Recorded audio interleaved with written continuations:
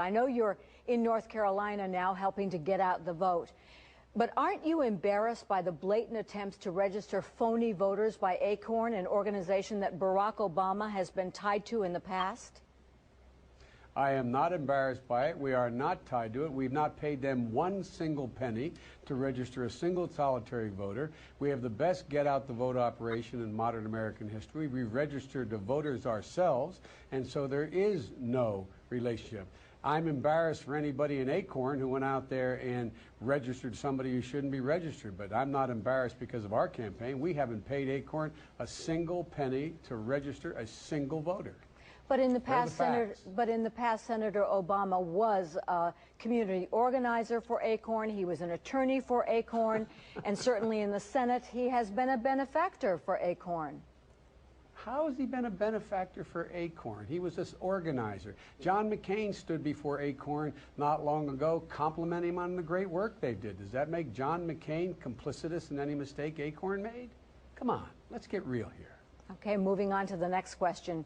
Senator Obama now famously told Joe the plumber he wanted to spread his wealth around. A Gallup poll showed 84% of Americans prefer government focus on improving economic conditions and creating more jobs in the U.S. as opposed to taking steps to distribute wealth. Isn't Senator Obama's comment a potentially crushing political blunder? Absolutely not.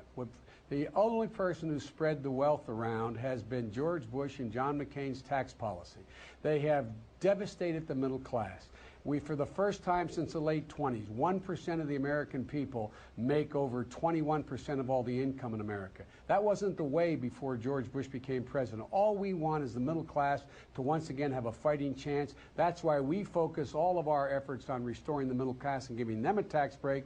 And John McCain doubles down on Bush's tax cut and adds $300 billion in new tax cuts for the largest corporations in America and the wealthiest Americans. We don't think that's the way to do it. We think give the middle class a break. That's the way to do it. You may recognize this famous quote, from each according to his abilities, to each according to his needs. That's from Karl Marx.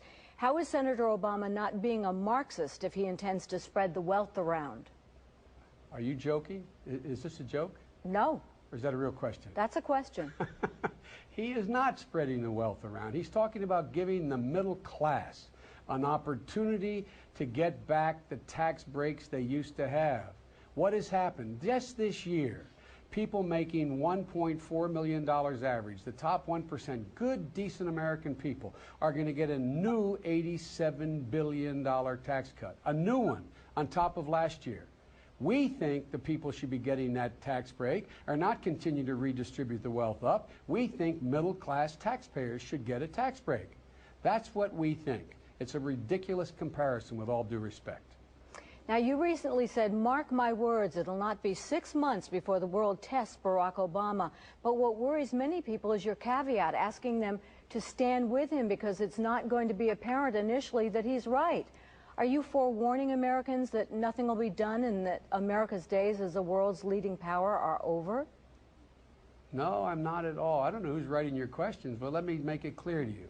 The fact of the matter is that everyone has acknowledged, from Colin Powell on, that the next president of the United States is going to be tested, whether it's John McCain or it's Barack Obama. The reason is our weakened position in the world. We're stretched thin throughout the world. Our economy's in free fall right now, and they're going to be tested. Every president is tested. And the point I was making is Barack Obama is much better prepared to handle whatever crisis it's going to be than John McCain, because John was wrong in Iraq, saying we'd be greeted as liberators, we'd be out of there, wrong in Afghanistan, saying we've already succeeded, wrong in North Korea, and saying the president shouldn't negotiate. Barack Obama's been right, John McCain's been wrong. That was my point. Barack Obama is more ready than John McCain. Getting back to the spreading the wealth question, what do you say to the people who are concerned that Barack Obama will want to turn America into a socialist country much like Sweden? I don't know anybody who thinks that except the far right wing of the Republican Party. Okay, Senator Biden, thank you very much.